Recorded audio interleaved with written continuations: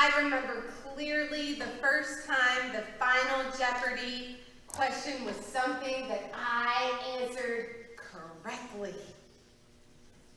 The answer was something like the only Disney movie to have a regular unseen human as the villain. Somewhere I started filtering through my brain as quickly as possible and realized that the answer was Bambi.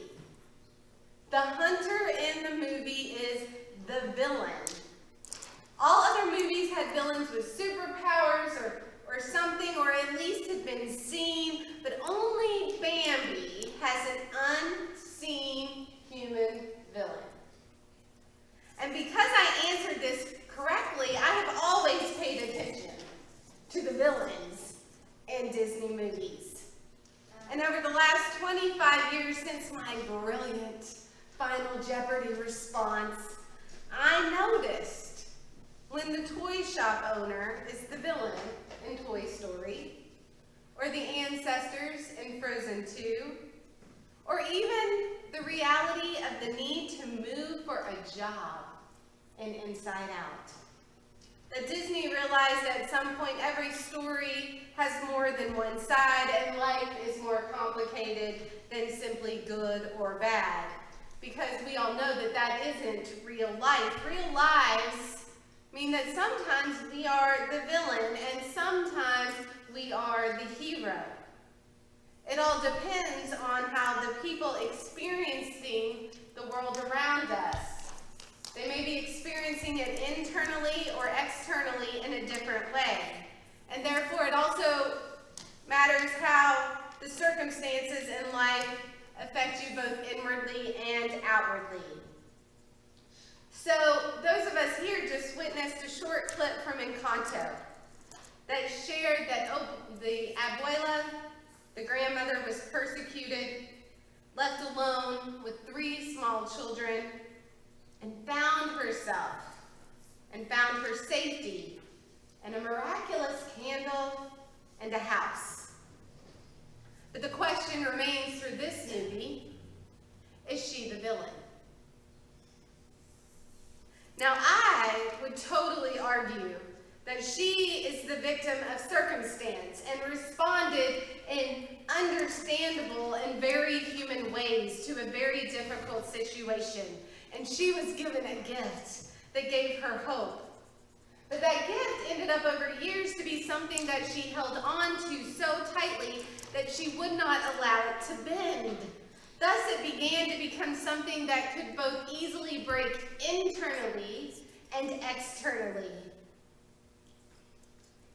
So I was really surprised when some of my mom friends and I were talking about this movie, because everybody's talking about this movie, and I was shocked with one friend's response. She stated, as such a matter of fact, that Abuela is the meanest villain of all Disney characters. What?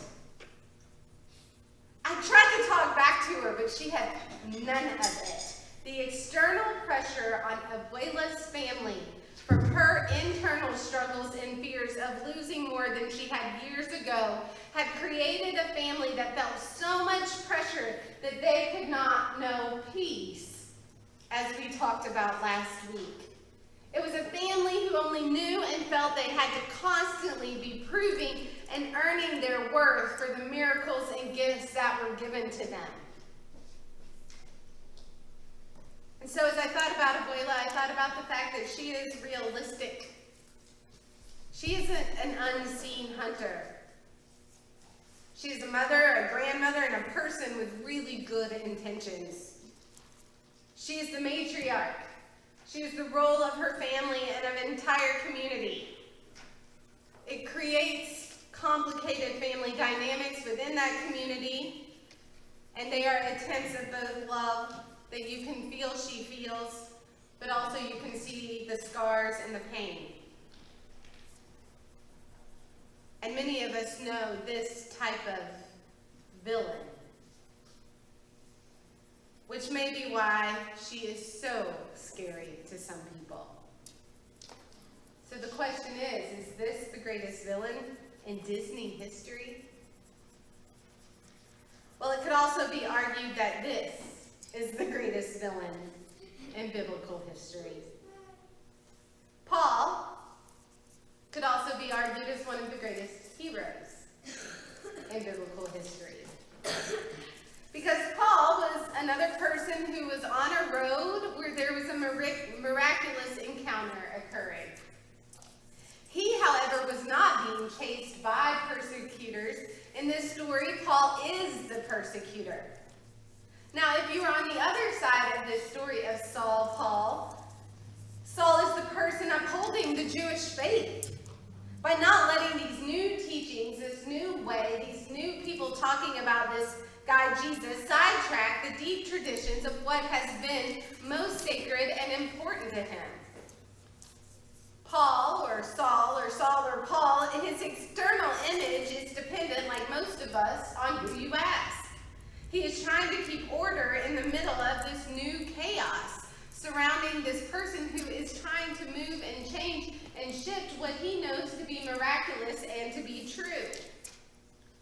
Now, the first introduction we have to Saul is in Acts when he's a part of killing Stephen, often known as the first martyr to follow Christ's teachings. Paul was an active hunter of those who followed Jesus. He was the one to make sure that more followers of Christ were captured and punished. And then, of course, as we read today, Saul has this weird encounter with both a resurrected, as we are still in the Easter season, and an ascended, so this is post-ascension, Christ. And in this encounter, it's interesting, Jesus who has ascended and thus can no longer be physically hurt, is intervening in a communal way for those who are continued to be hunted by people like Saul. Saul is not just persecuting those who follow Jesus, but Jesus claims that as a personal persecution of self.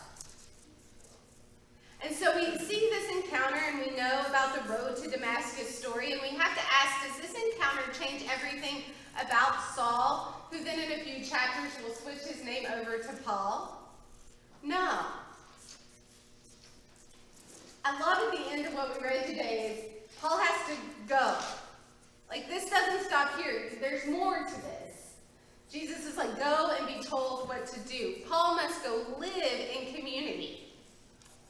But not just any community, the community of those he has been persecuting, like Ananias.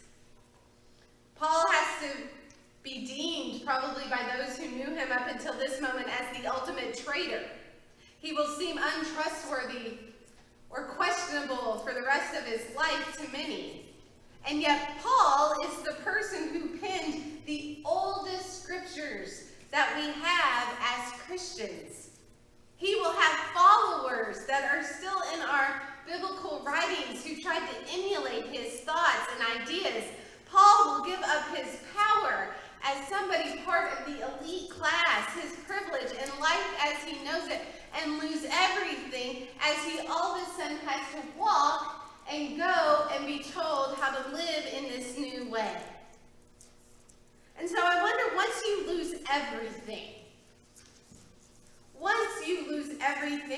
or you feel like you lose everything, or as some of you have probably experienced that, we have to struggle with how hard will a person work to make sure they don't lose it, or lose whatever they then gain again. And what will they, or what control will they try to seize in this world of chaos? What will they lose when they end up holding on too tightly? Do we lose the ability to remember who God's miracles are for and how to experience them? Or do we become a little more free to experience love in a more divine way? Can we find our ways of love of self, love of others, and love for God when we are the villains and when we are the heroes of not our story, but of God's story in community with many of us at once? So let's go back.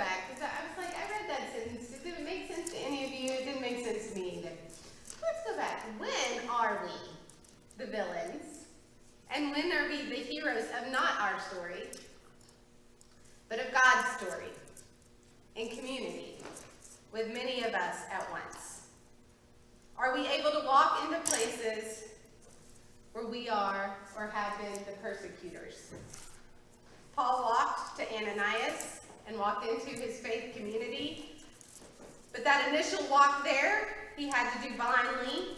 He had to trust what he had just moments before hated.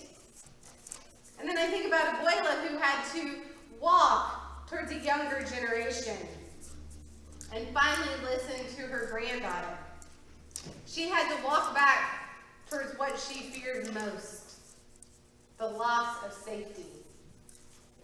Both are vulnerable and very difficult walks, and yet in both stories, it's interesting that the communities show up. Because the communities are following something bigger, something more flexible.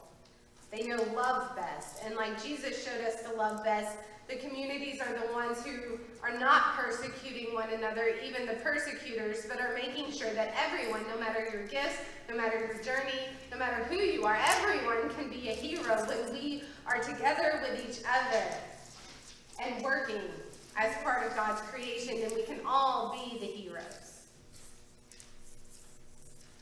So let us end this with a deep thought.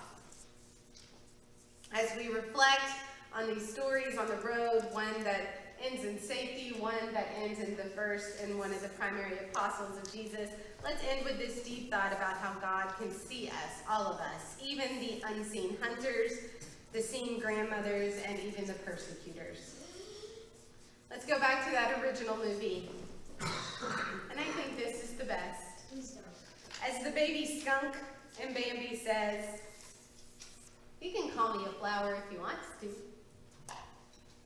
Remind yourselves that all of us can choose ways to be a flower, that we can see the potential of the possibilities and the miracles of a risen Christ. When we choose not to label each other as villains or heroes, but we choose to be in community with one another. Amen.